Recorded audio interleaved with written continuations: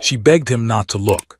He looked anyway, and what he found beneath the bandages turned healing into horror, and a simple act of mercy into something no man should have ever touched. The girl was already sitting on the cot when he stepped into the tent, still straight-backed, bandages wrapped around her face like a mask. Her hands were folded in her lap, unmoving, and though the edges of her clothes were singed, darkened with soot and ash, she barely looked injured at all. But there was a tremble in her voice that the doctor wouldn't forget for the rest of his life. "Please don't take off my bandages," she said. Dr. Abram Wyatt didn't answer at first. He simply stepped inside and let the flap fall behind him, sealing out the wind that screamed across the open plains. The medic tent rustled around them, canvas flapping against the wooden frame, but the girl didn't flinch. She just sat there, young, maybe 17, wrapped in gauze and silence. "I can't treat what I can't see," he said at last. His voice was low, even. Not cruel, not impatient, just tired. It had been 3 days since the fire tore through Cedar Pass, and this girl, Caroline Fletcher, the sheriff's niece, hadn't spoken a word until now.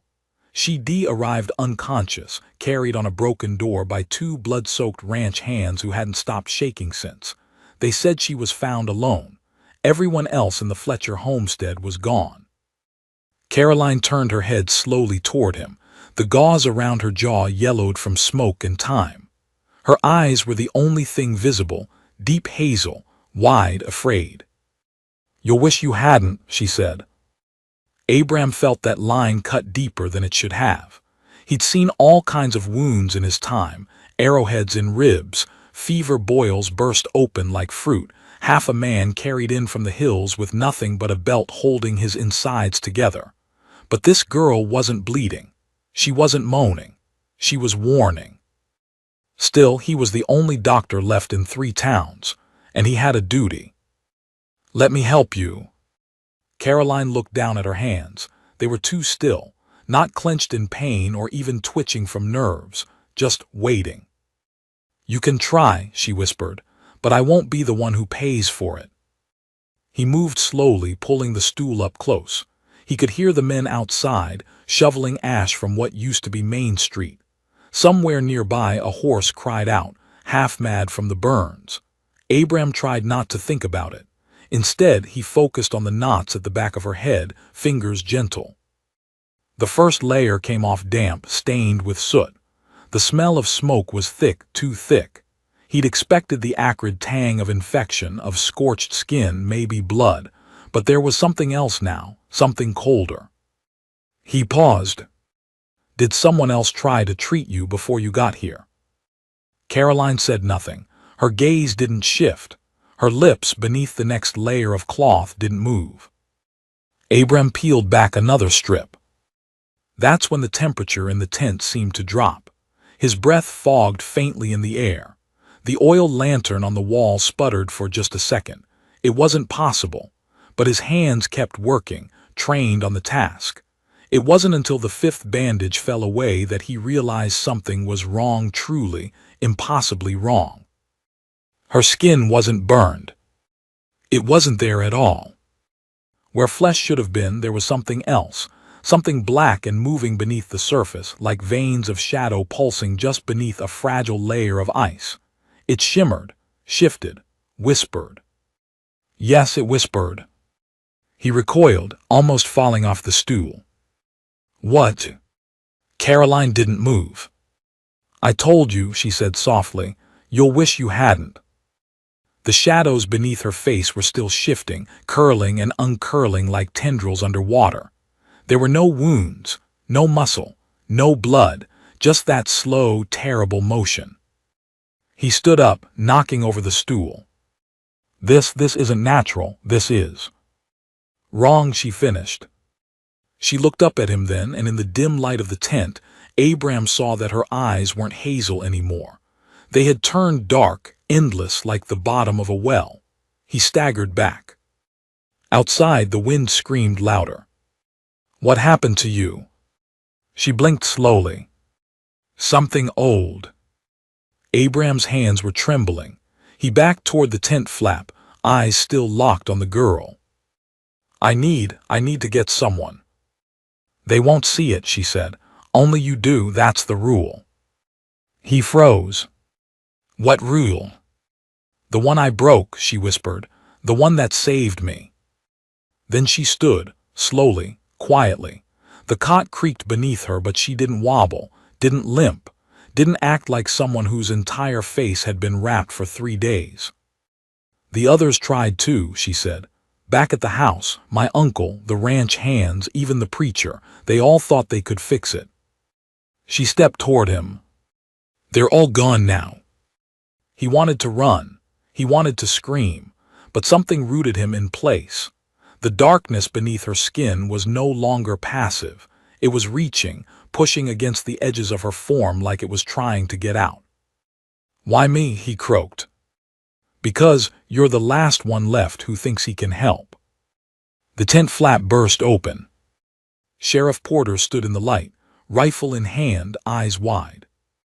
Doctor, what's going on in here? I heard. He stopped mid-sentence, eyes landing on Caroline. Lord above.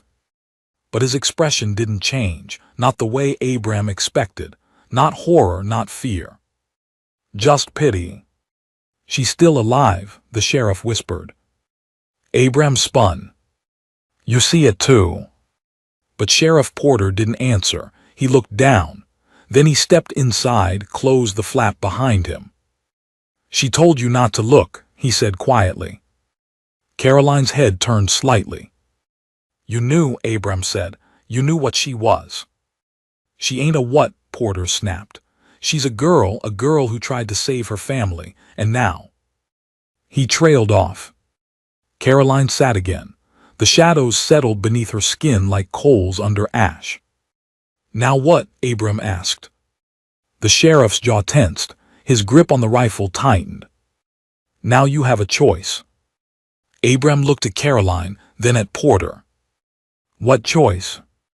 Porter didn't answer. He raised the rifle slowly, pointed it at the girl. Sheriff, what are you doing? Ending it. Caroline didn't flinch. You'll burn too, she said. If you pull that trigger, you saw it, didn't you? You all saw it. Porter's hands shook. I don't care anymore. Abram stepped forward. Wait, just wait. There has to be another way. We don't even know what it is, what she is. She's cursed, Porter snapped, and curses spread. He was crying now, quiet, angry tears. Caroline looked at Abram one last time. I didn't ask to be saved, she said, but you did it anyway. Then she closed her eyes. Porter pulled the trigger. The flash lit the tent like lightning. And then, everything went black. There was no sound, no smoke, no gunfire, no flame, just stillness. A vast, aching silence that didn't feel like quiet, no, it felt like absence. Like the world had stepped out for a moment and left Abram Wyatt alone inside a hollow shell of everything he'd ever known. His ears rang, his eyes burned. The tent around him hadn't collapsed. The cot still stood. The lantern still flickered weakly against the canvas wall. But where Sheriff Porter had been, there was now only a scattering of ash on the floor, fine and pale as snow. His rifle was still there, clattering onto the boards, its barrel blackened at the tip. Abram stared at it, heart beating so hard it felt like it might crack a rib. Caroline was gone. Not dead. Not missing. Just not there. He took a step back, nearly stumbling over the stool he'd knocked over earlier. His breath came in ragged gasps, lungs begging for air that felt too thin. He reached for the tent flap and shoved it open, staggering into the morning light. But outside, nothing was right. The camp was frozen, not with ice, but with stillness.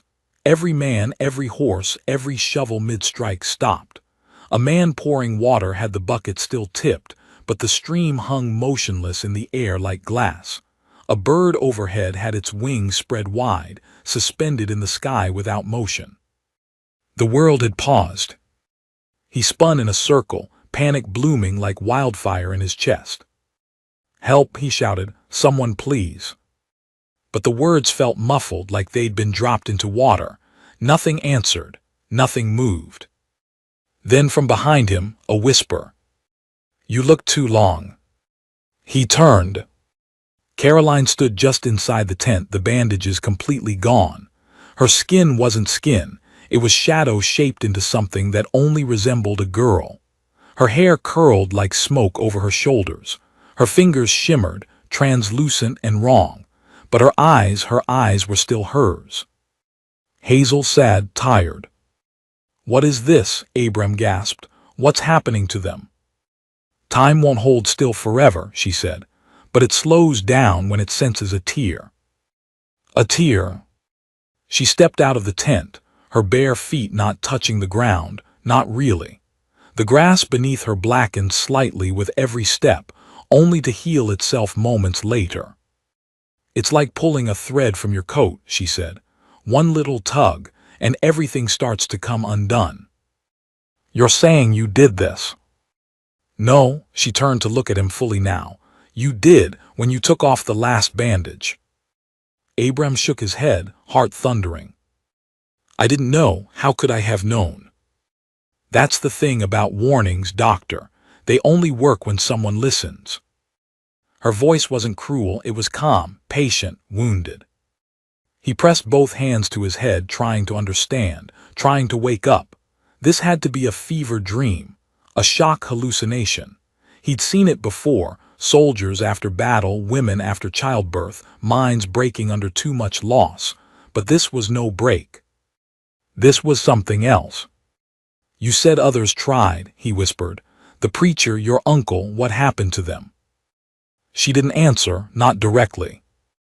Instead, she turned and pointed toward the ridge beyond the camp, the hills that sloped into the edge of the forest, where smoke still curled from the remains of the Fletcher homestead.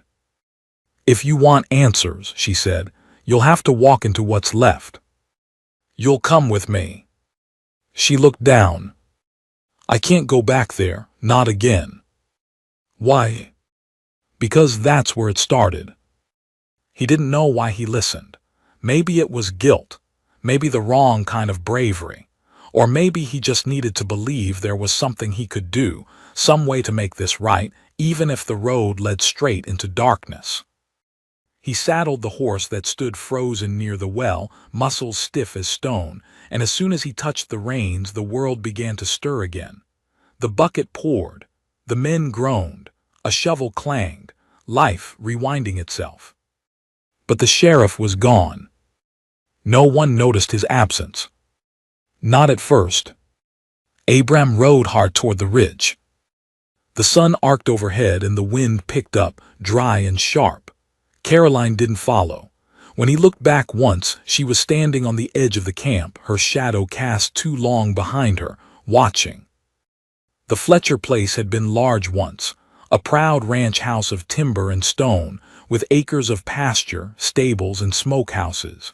Now it was little more than a blackened skeleton. He dismounted at the gate, which hung crooked and scorched. The ground crunched under his boots, ash and bone. There were no crows, no scavengers, nothing alive.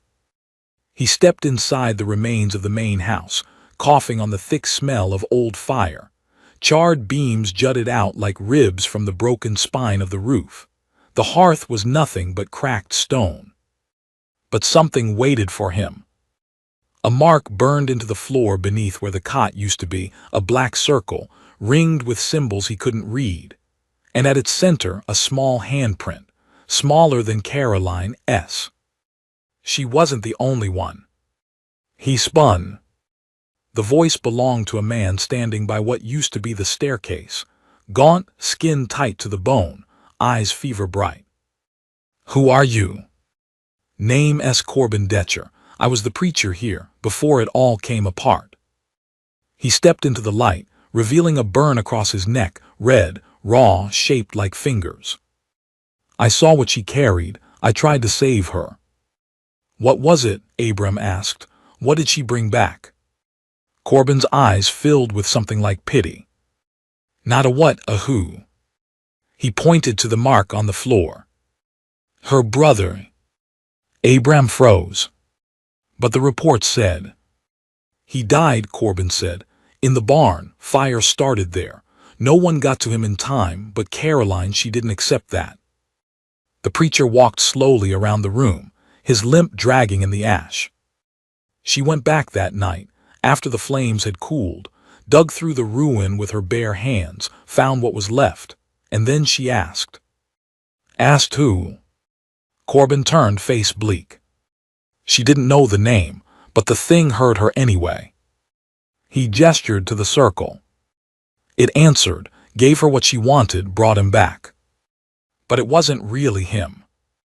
"No," Corbin whispered, "it never is." Abram's knees nearly gave. He looked down at the black circle, the charred handprint at its center. How small it was, how delicate. And the bandages. "To hold it in," Corbin said. She thought if she could hide the truth long enough it would fade, that maybe the boy would return in full, but the mask started cracking. "Why didn't you stop her?" The preacher's voice broke. "I tried." He pulled back the collar of his shirt, revealing the full mark of the burn across his chest, shaped like a handprint, only far too long, too thin, fingers that wrapped from collarbone to rib. "I tried and it punished me." "Where is the brother now?" Corbin didn't answer. Not with words. He simply turned and pointed toward the barn. Or what was left of it. Half the roof had caved in, smoke still clung to the timber.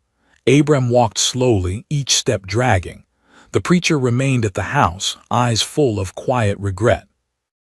Inside the barn, the air was colder. Much colder.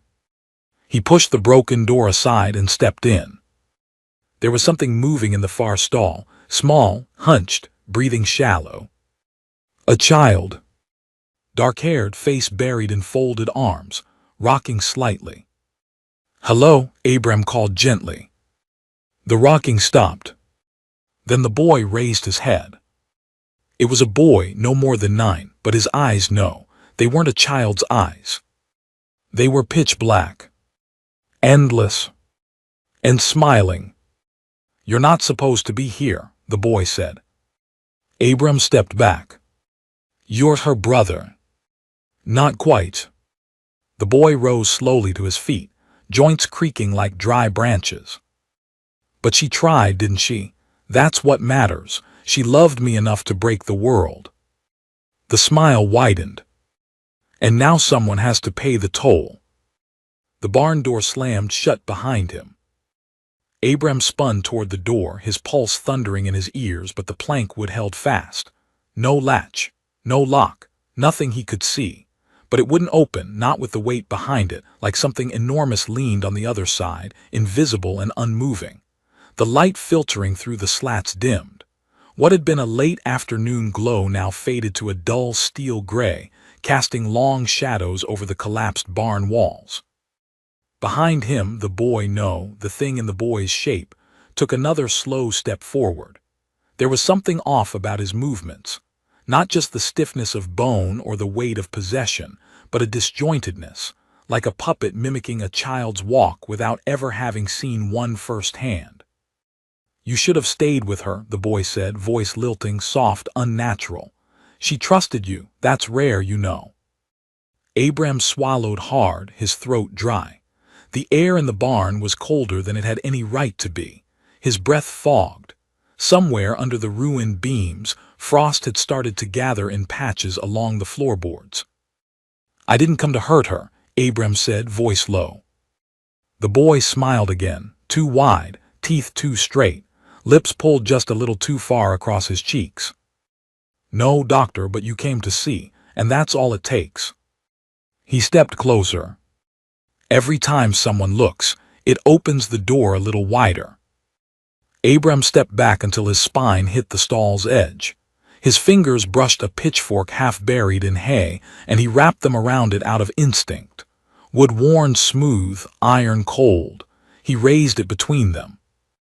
"Whatever you are, you're not staying here. You're not real, not in this world." The boy tilted his head, as if examining a curious animal. "And yet here I am, All because one girl couldn't say goodbye. The shadows behind the child twisted, slithering up the walls like vines. They didn't stretch in line with the dimming light. They moved of their own accord, pulsing gently like they breathed. "You want to fix things?" the boy asked. "Go back, pretend you never saw what's under her skin." Abram didn't answer. "Then I'll give you a gift." The boy raised his hand and snapped 2 fingers. And the barn changed. The cold vanished, the light returned, the beams above whole again, golden sunlight pouring through the rafters like honey. The frost melted, evaporated, the air warmed, and there, standing in the center of the barn, was Caroline. Whole, unbandaged, smiling. She wore a pale blue dress, clean and unburnt, the kind a girl might wear to church on a spring Sunday. Her hair was brushed, falling in soft curls down her back. Her cheeks were flushed, eyes bright with life. "This is what you want, isn't it?" the boy said, now somewhere behind Abram. "This version, this lie." Caroline took a step forward, arms outstretched.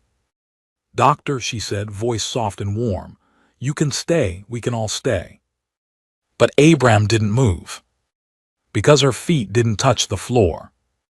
And her shadow, there wasn't one. Behind her, the light passed through like smoke. "This isn't real," he whispered. The child's voice answered from the rafters now. "Neither is regret, but you feel it all the same." The world shimmered again. Gone were the beams, the golden light, the warmth. Back came the cold, the dark, and Caroline's voice, now behind him, shaking. "You weren't supposed to see." He turned. She stood in the corner, bandages half unraveled. Her hands trembled. "I begged you," she whispered. "I begged you not to take them off." Abram reached out, heart splitting in his chest. "I didn't know, Caroline. I swear to you I didn't know." "You looked anyway," she said. "And now he has your name." The boy stepped forward again. This time, the shadows peeled off him like old skin, revealing something far older than a child underneath. Its form wavered, tall, thin, faceless. An outline of a man made of smoke and hunger, eyes hollow, chest glowing faintly like coals deep in a fire pit. "I needed a door," it said, voice now echoing with weight. "And you held it open." Abram raised the pitchfork, but it rusted in his hands within seconds, flaking into dust. "You can't fight what you never understood," the thing said. Caroline closed her eyes. "Please forgive me," she whispered. Then she stepped forward, into the thing, and everything shattered. He woke up in the middle of the town square. No tent, no horse, no Caroline. But people were moving again. Busy, loud, alive. Dust swept down the street in small twisters. Someone hammered boards over a broken saloon window. A dog barked at chickens running beneath a wagon. And Abram Wyatt sat up in the dirt, shirt torn, hands shaking. "Doctor," a voice called.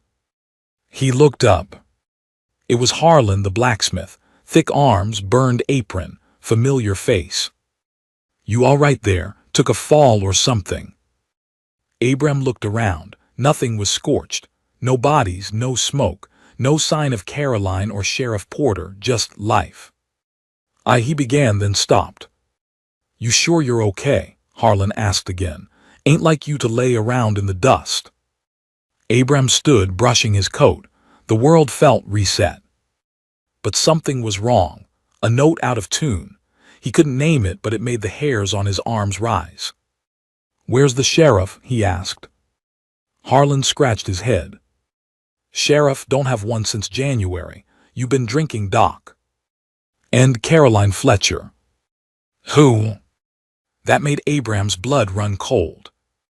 "The girl, the one from the fire." Harlan frowned deeper. "What fire?" The sky overhead was bright blue, not a cloud in sight. The trees stood tall beyond the ridge.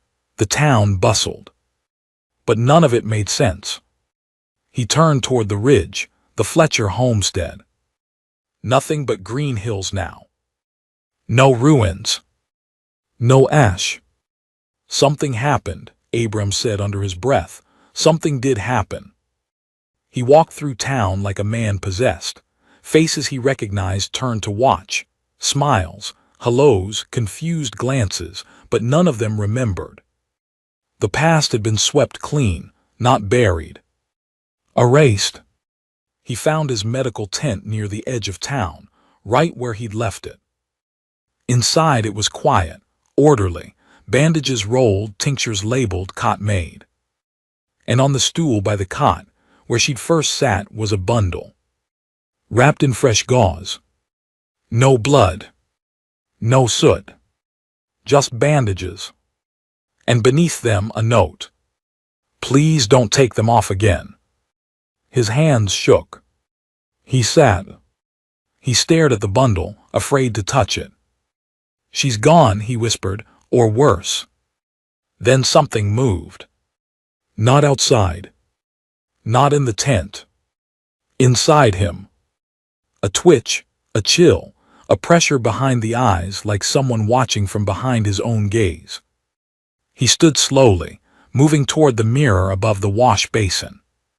He looked. His eyes. No longer blue. Not brown. Not hazel. Just black. And smiling. Abram staggered backward from the mirror, his own reflection grinning with a smile he couldn't feel, a face he no longer trusted. His breath came short, rapid, cold against his lips. He blinked hard once, twice, but the smile remained, that same impossible arc stretching where it shouldn't. He clenched his fists, squeezed his eyes shut, and when he opened them again, his reflection was normal. Still him. Still Abram. Eyes blue, no smile. But the sense of being watched hadn't gone. Not from the corners of the tent, not from the edge of his thoughts. There was no sound, yet silence had weight now, pressing on him like hands from underneath the earth. He reached for the bundle on the stool with careful fingers. The bandages were clean, pressed, wrapped with deliberate care, just like the ones he'd removed from her. But these weren't stiff with soot or blood. They were new, no medical chart, no scribbled name. Just that one line. Please don't take them off again. He unwrapped them slowly. Nothing inside. No wound, no remnant, no hair or ash. Just the faintest scent of lavender, or maybe something older, like lilies left too long on a grave. He dropped them and stood quickly, the stool creaking behind him as he turned to the tent flap. He couldn't stay here, not in this place, not when the walls themselves seemed to breathe with some unseen thing. He stepped outside and was immediately struck by how quiet it had become. The blacksmith's forge wasn't clanging. The saloon's piano wasn't playing. The streets, minutes ago full of carts and boots and shouts, now sat still. Frozen. People stood but didn't move. Mid-step, mid-conversation. A man pouring water, the stream frozen mid-arc, a dog hovering mid-leap. As if the world had been paused. Except for him. And one other. Caroline. Standing at the far end of the street, hair hanging limp over her face, her dress once again singed at the hem. She raised her head. Her eyes met his. And she began to walk toward him. No sound, no echo of boots on dirt, just her figure moving slowly, steadily, closing the space between them with each impossible step. Abram tried to call her name, but his voice caught, throat dry and throat thick, as if something invisible gripped it. His knees buckled, but he forced himself upright. When she reached him, she stopped just inches away. Her face was pale, no longer covered in bandages, but it was wrong, half-formed, as though the skin had tried to heal in the shape of memory, not truth. Her mouth didn't quite align with her jaw. Her left eye twitched in place, lid never blinking. "Why didn't you listen?" she asked, voice more like wind than speech. He opened his mouth, and the sound that came out wasn't his. "Because I had to help you." Her head tilted.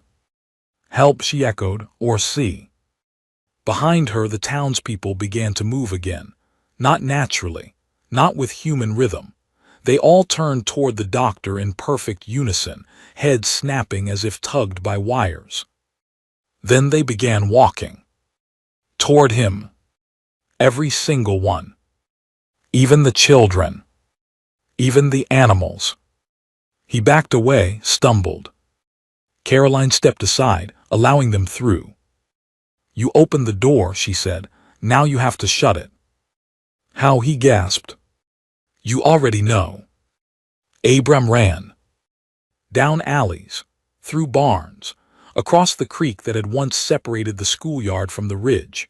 The sound of footsteps, hundreds followed, all two in sync, like one giant body made of many legs, many hands, one mind.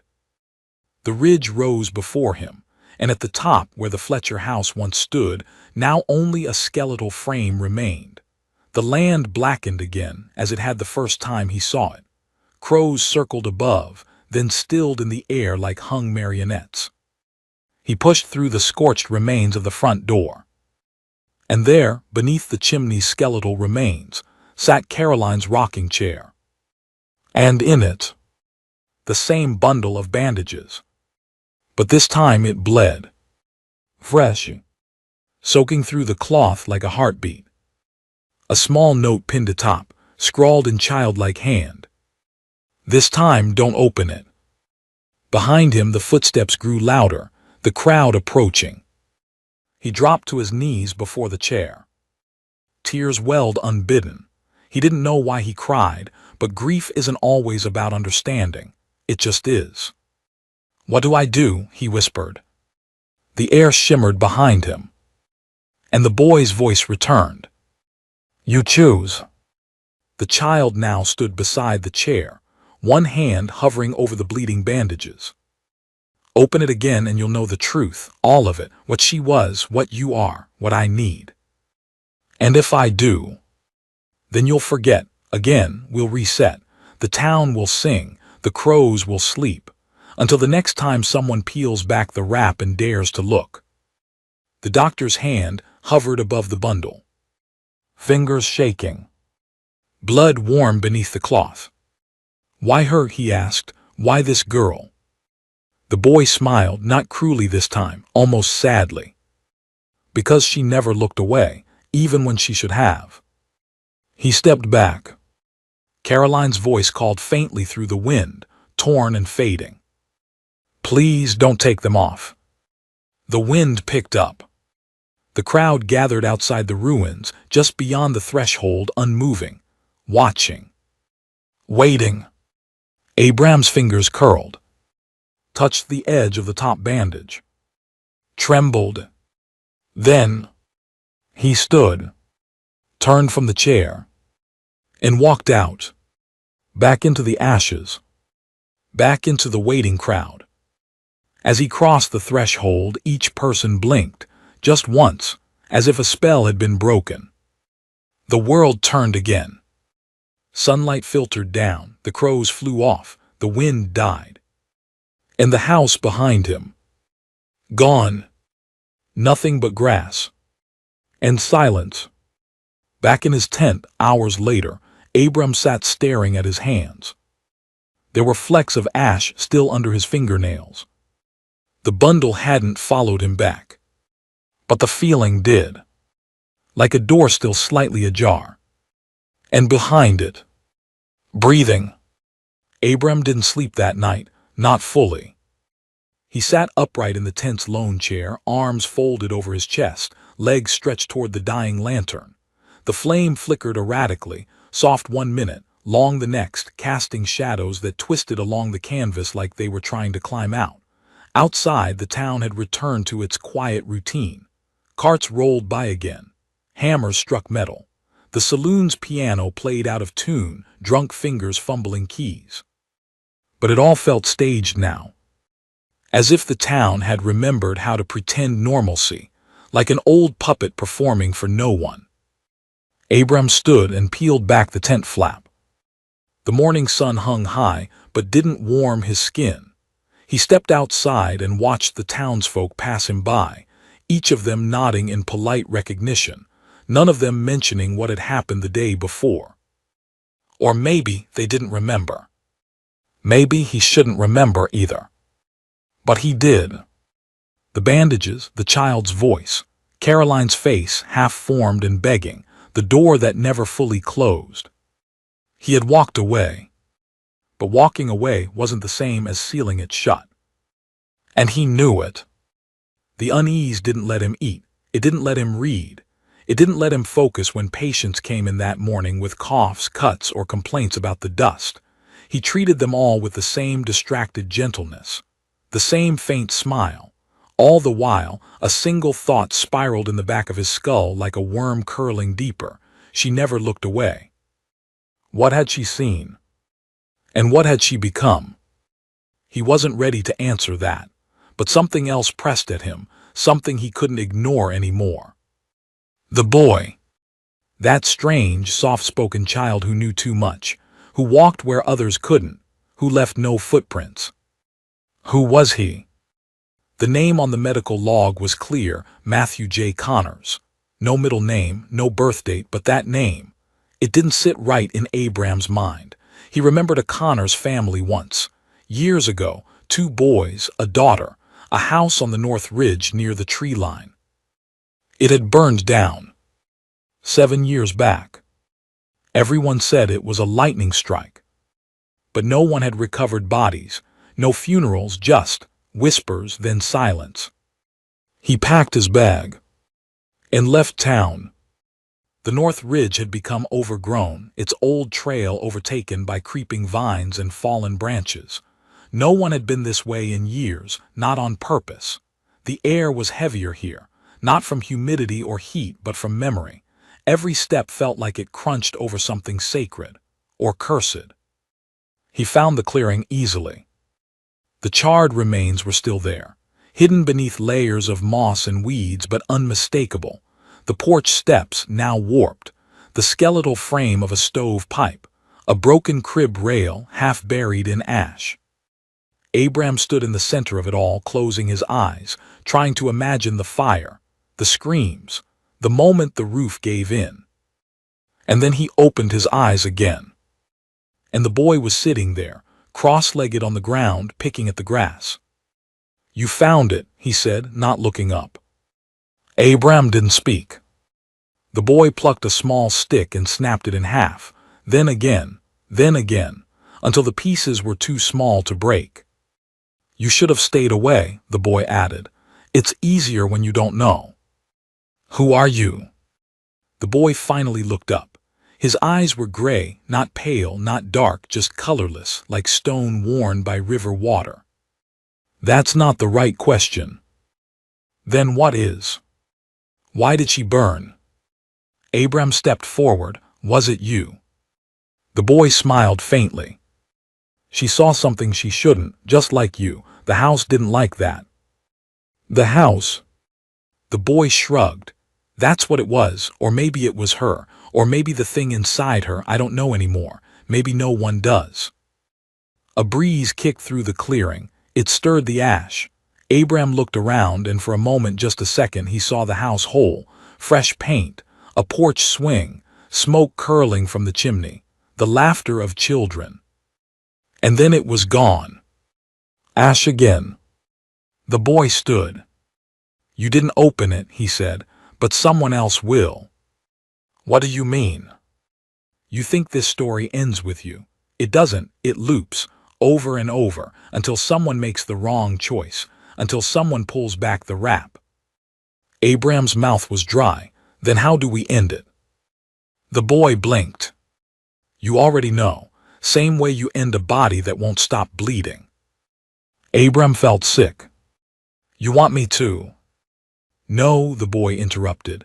"I want nothing. I'm just what's left after it takes what it wants." The wind shifted again. And when Abram looked back, the boy was gone. Back in town, things got worse. The patients started coming in again, but their wounds were strange. Old scars reopened, burns that hadn't touched flame. One woman's mouth was sewn shut with thread she swore hadn't been there when she woke.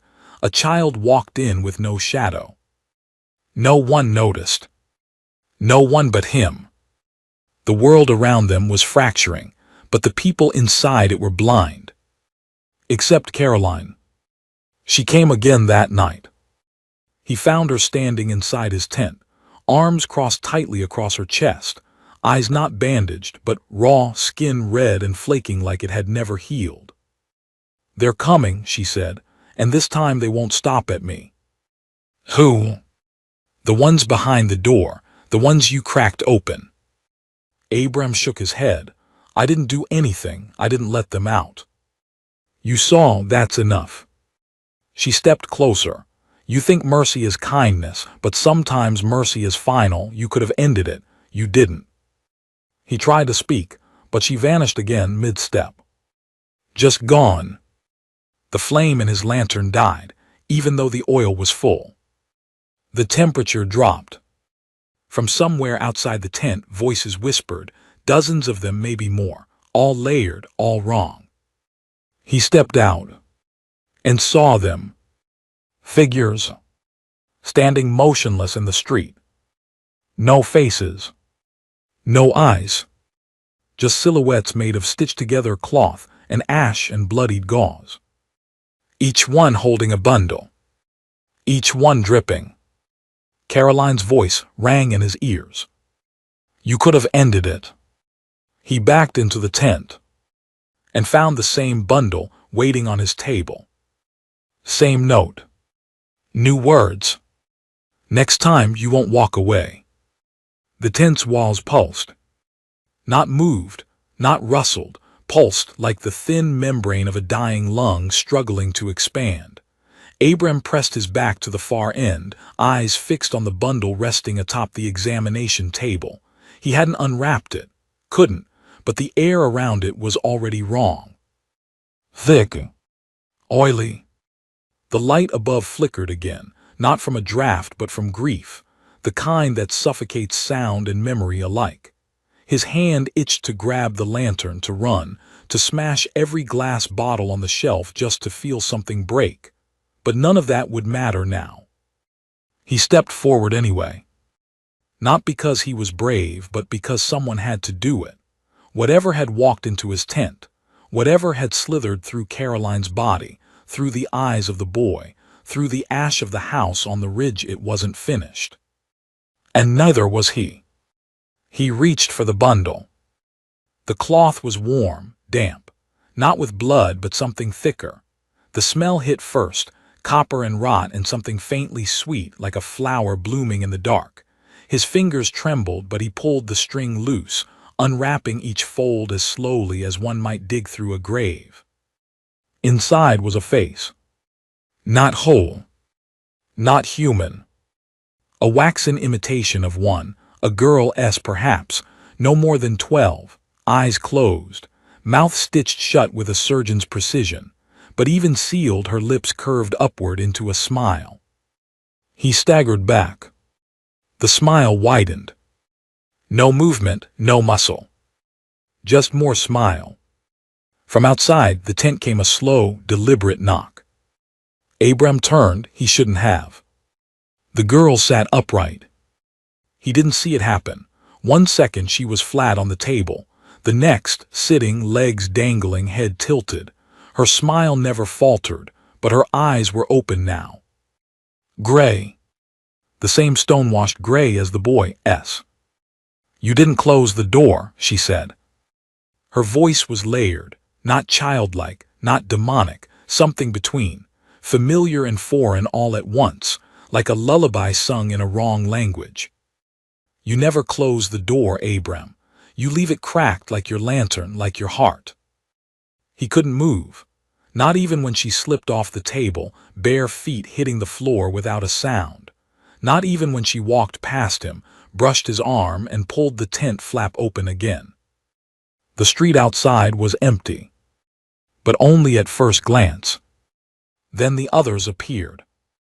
Shadows of people, children mostly, some crawling, some slithering, all grinning with mouths they shouldn't have.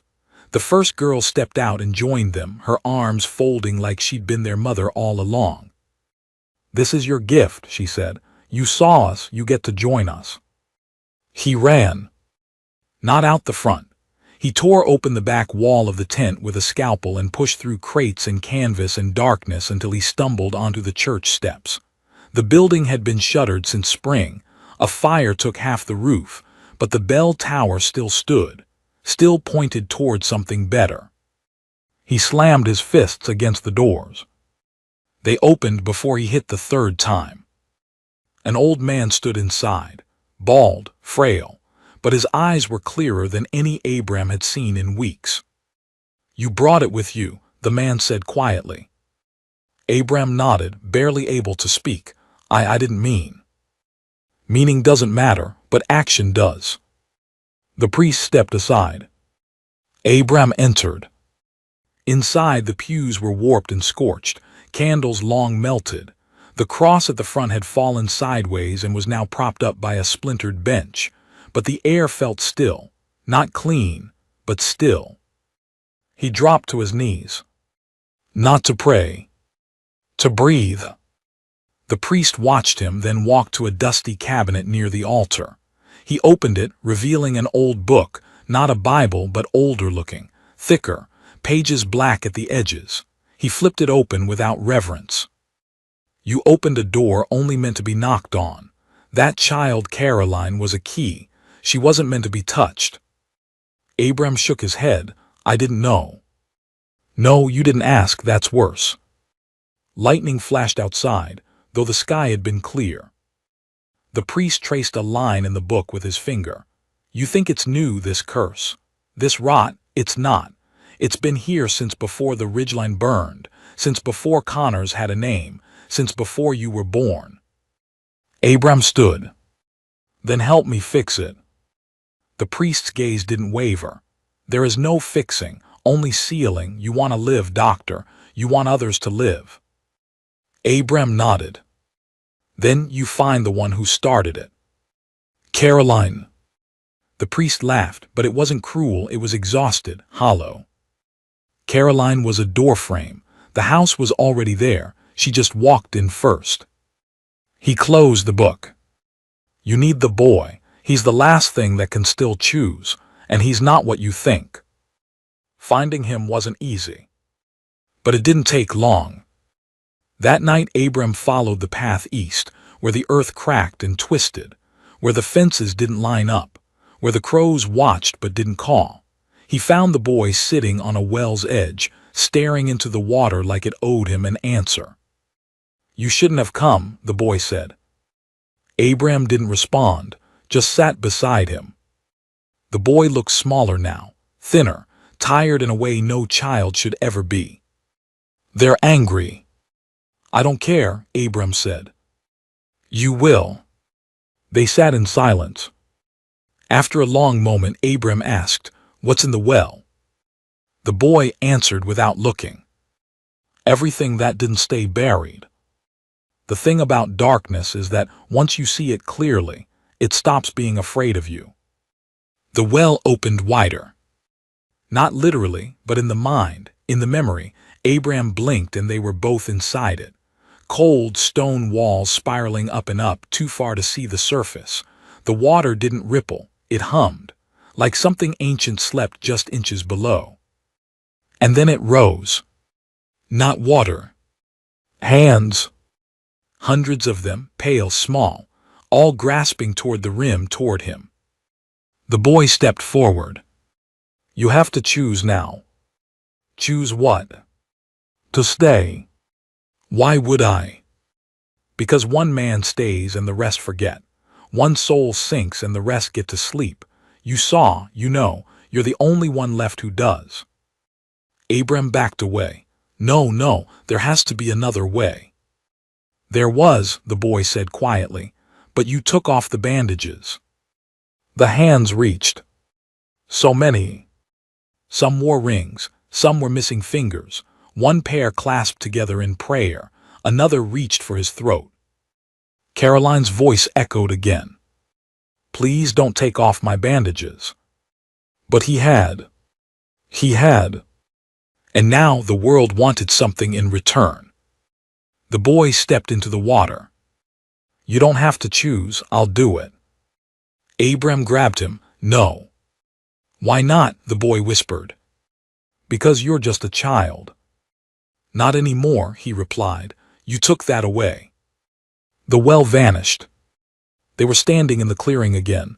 The burned house, the ash. The boy was gone. Only the bundle remained, lying on the old porch silent. Abram didn't touch it. Didn't unwrap it. Just knelt beside it and wept. Somewhere far off, the church bell rang once. Abram didn't sleep that night. He sat in the remains of the porch where the boy had vanished, staring at the bundle. The wind had picked up, brushing dust into little spirals across the blackened floorboards. Coyotes howled from the west hills, but even they didn't come near the burned house.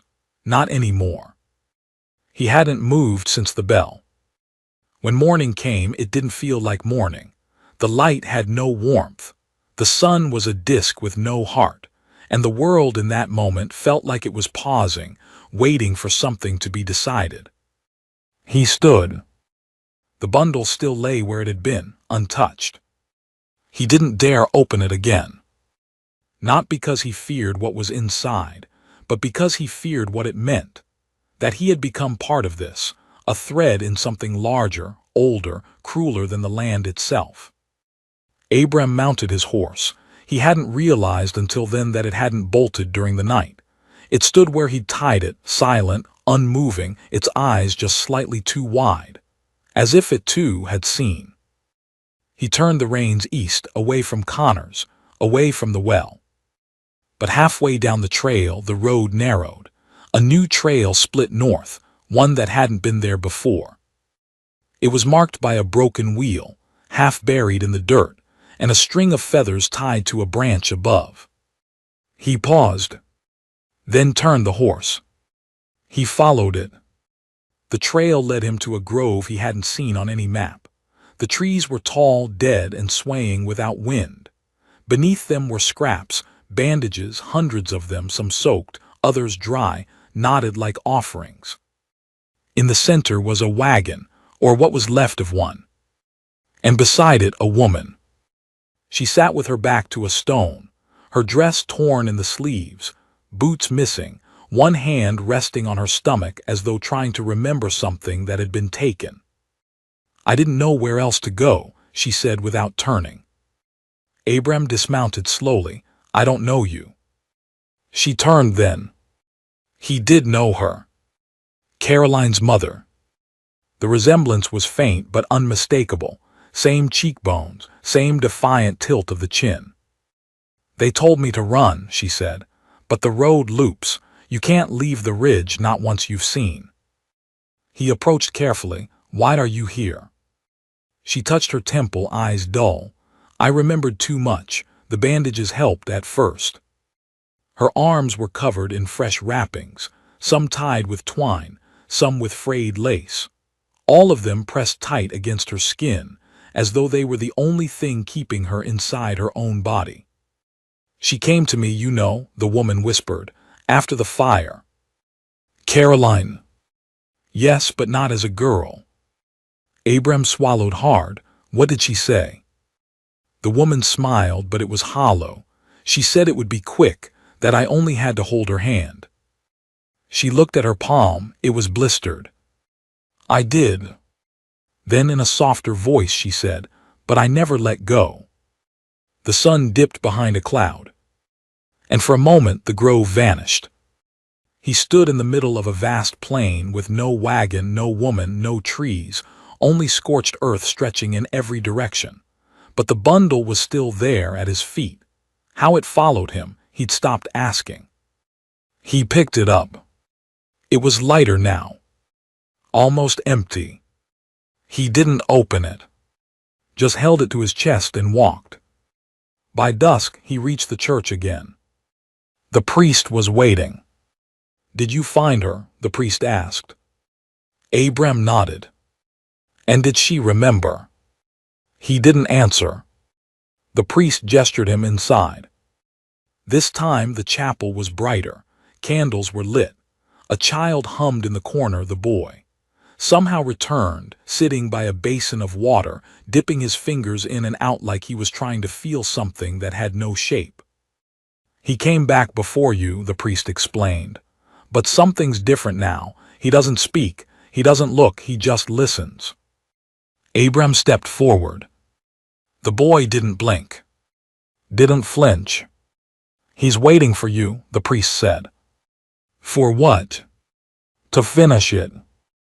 The bundle weighed heavier again. Not in mass, but in meaning. Abram set it on the altar. His fingers hovered over the twine. The priest spoke, voice low and grave. If you open it here, it won't close again. The church is the last place they respect. Abram looked at the boy. Then back to the bundle. What if I don't open it? Then it opens itself, somewhere darker, somewhere you won't be able to follow. The silence between them lasted a minute. Then two. Then Abram unwrapped the first fold. Inside was hair, soft, dark, braided. Then a dress hem, stitched with a pattern he remembered from his childhood, a symbol embroidered into the trim. An eye. Wide open. It was Caroline. It was her mother. Her name wasn't spoken, hadn't been recorded, but now her presence filled the chapel like wind before a storm. The priest stepped back. The candles dimmed. The boy stood. She never let go, the boy said softly. Let go of what? Abram asked. Of us. The chapel groaned. Not from age, but from memory. From the weight of too many stories told wrong. The stained glass window cracked. A scream erupted, not from a throat, but from every stone in the walls. The bundle burst open on its own. From inside poured a flood of light, but not warm, not holy. It scorched the air as it moved, peeling bark from wood, cracking stone, hissing like breath pulled backward. The priest fell to his knees, clutching his chest. The boy turned to Abram. You started it, now you finish it. The light surrounded him, and within it he saw faces. Dozens. Hundreds. All the children who had vanished from Connors over the years, not buried, not lost, trapped. Frozen in that moment, before someone removed their bandages. They spoke in unison. Please do. Don't take them off. It hurts. It shows too much. It lets them in. Abram screamed. Not in fear, but in grief. Because he realized then. He had been the first. Not Caroline. Not the boy. Him. Years ago, as a child, he'd been found on the edge of Connors, burned, wrapped in white cloth with no memory. The doctor who raised him had said nothing of it, had told him he'd been rescued from a fire. But the claws, the bandages, he was the beginning. And he'd forgotten. The light swallowed him whole. He woke to silence. The chapel was empty. The boy was gone. The bundle ash. Only the symbol remained, burned into the altar wood. The eye, always watching, never closed. The priest's robes lay, folded beside the basin. And the wind outside had stopped. Abram walked out of the chapel, but the town of Connors didn't meet him. There was no windmill. No general store. No road. Just silence and fog, dense and unmoving, curling around him like bandages. And not the fog of weather, memory fog. The kind that crept in when truth had been cut away too many times. He looked back. The chapel was gone. So was the ridge. Even the sun. All that remained was a dull red glow above him, like a lantern behind smoke, and a sound, low, almost like breathing, or maybe a whisper too faint to understand. He turned in a slow circle. Then he heard it again. Please, please don't take them off. A figure stood just ahead in the mist, small still. The boy. Or a boy. But now he wore the bandages, head to toe, wrapped in linen aged like parchment, hands loosely at his sides, eyes just barely visible beneath the folds. He didn't move. Why are you here? Abram asked. No answer. Is this where it ends? The boy tilted his head, then slowly raised one hand and pointed. Behind Abram. He turned and saw the well. It hadn't been there a moment ago, but now it stood 10 feet away, rope swinging slightly as if someone had just dropped a bucket down. Its stones were wet with condensation, slick with moss that hadn't been alive for decades. Abram stepped forward. The bandaged boy didn't follow. The well had no wind, no echo, just darkness. But this wasn't the first time he'd seen it. And somewhere in the depths of his own stolen memories, he realized. This was where it had all started. Where the cloth had first been wrapped around his arms. Where the screams had been muffled by cotton soaked in oil. Where a hand had stroked his head and whispered, "You'll forget. It's better that way." He gripped the rope and began to pull. It resisted him at first, heavy, ancient. But then something gave way and the rope rose foot by foot, creaking like old bone. Water dripped, then steam, then something else. A sound like tearing paper and a gasp from lungs that hadn't drawn breath in years. At last the bucket emerged. But it didn't hold water. It held a face. Wrapped tight. Eyes wide. And mouth open, not screaming but smiling. Caroline. Not the girl who had asked him for help, but the original. The source. She opened her eyes and looked right through him. You saw too much, she whispered. You remembered. He fell back. But the well kept rising. Stone by stone, like it had been growing from underground, taller and taller, reshaping into a spire, a tower of twisted rock and soot, its top branching into wooden crosses like a cathedral from a fevered dream. Figures emerged from the mist. All wrapped. All silent. They gathered around the base of the spire like mourners. Their bandages fluttered. And the fog began to peel away, revealing not just the tower but the valley below it. And there, nestled between crags under a blood-colored sky, was Connor's. Unburned. Alive. Bustling with people. But none of them looked up. None of them saw the tower above them or the children watching from behind linen veils. They laughed, worked, drank from wells. They lived blind. Just like he had. Until someone took off the bandages. The boy appeared beside Abram again. He looked up at the spire. Will you go back? He asked.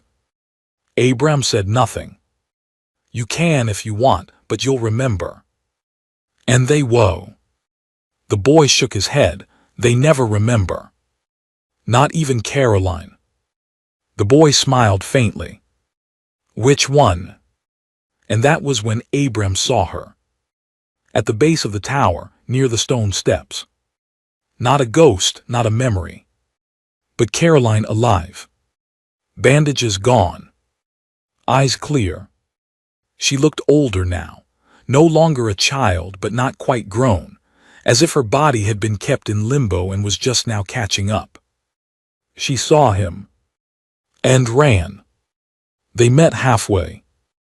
He dropped to his knees and held her, really held her, flesh to flesh, no wrappings, no linen barrier, just a heartbeat, fast and real. You came back, she whispered. I didn't know where else to go.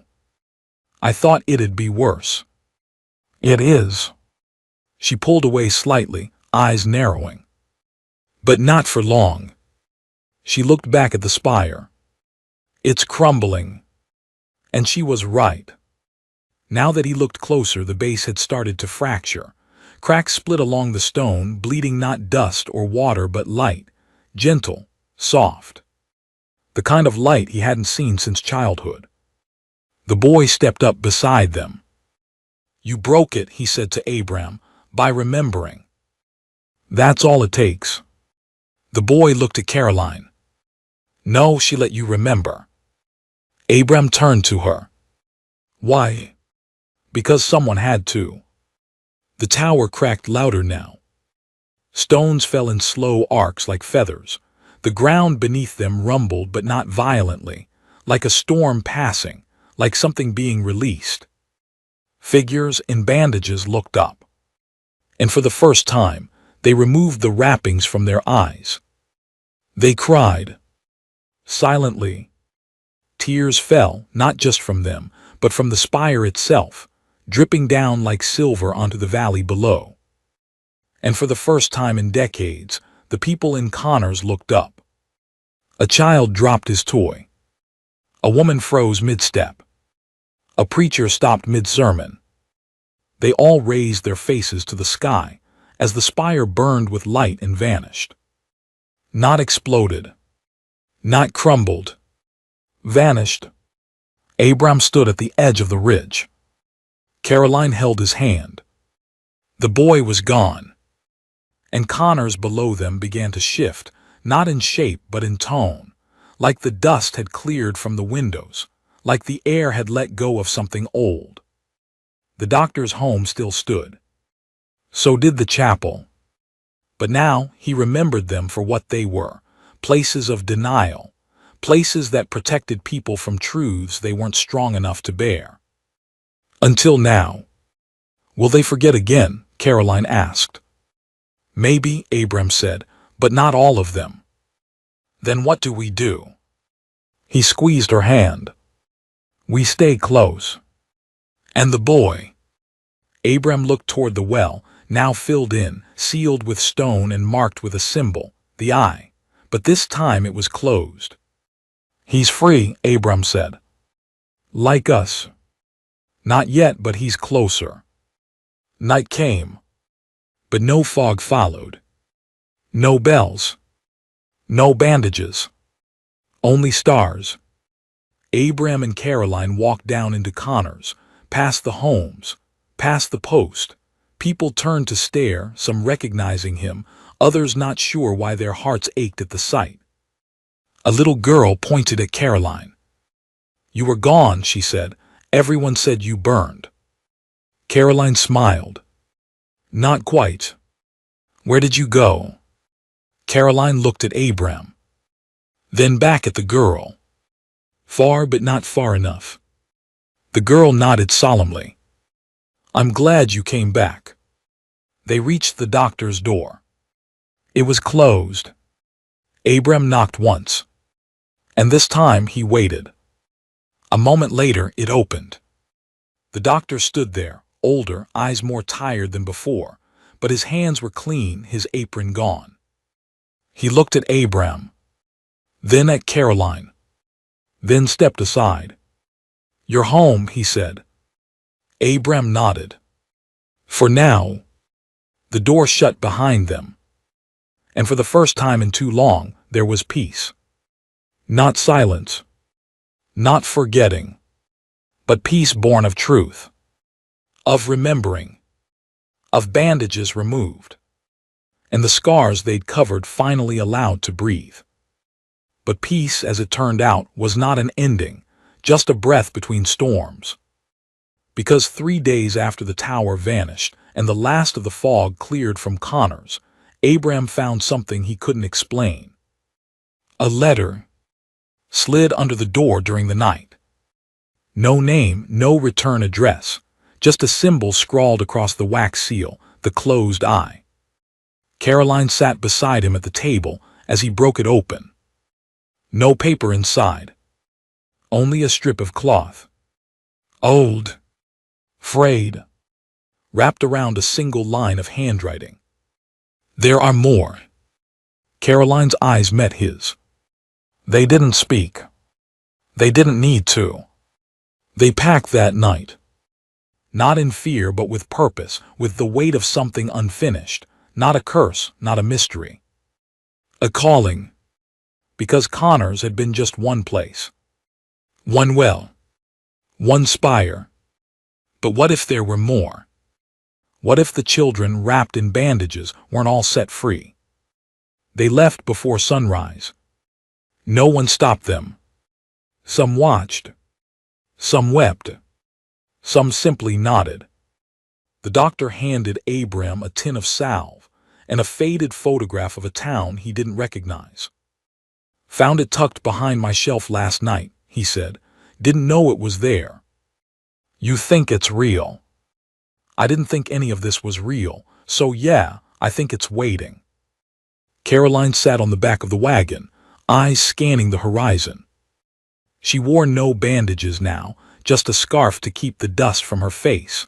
But under that scarf was someone reborn, no longer just a girl who'd survived. Now a girl who could fight. Abram took the reins. The road was cracked, but open.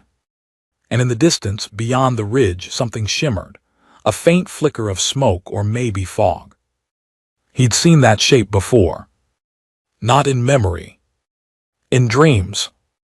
The wheel hit a rut and jolted them forward. Caroline laughed softly. "Where do we go if the trail disappears?" Abram smiled. "We find another. And if the fog comes back." He tightened his grip on the reins. "Then we walk through it, eyes open this time." She leaned against the side of the wagon, watching the hills roll past like old wounds healed just enough to keep moving. And for a long while they didn't speak. But just as they passed a half-buried signpost, one carved with symbols that didn't belong to any known tongue, Caroline murmured, "I remember something else. From before. From deeper, before the bandages, before the chapel." Abram turned slightly. "What is it?" She hesitated. Then, with a voice that trembled from weight, not fear, "They weren't trying to hurt us." "Then why wrap you in cloth?" "To hide us." "From who?" She looked toward the west. "From something worse." That night they camped near a dry riverbed. The moon hung low, casting a pale silver over the rocks. Caroline sat beside the fire, sketching the tower from memory with charcoal. Abram sharpened a knife. Neither spoke for a long while. Then she held up the drawing. "Do you think it'll find us again?" He studied the image. It wasn't just a tower. Now he saw faces in it. Not screaming, not angry.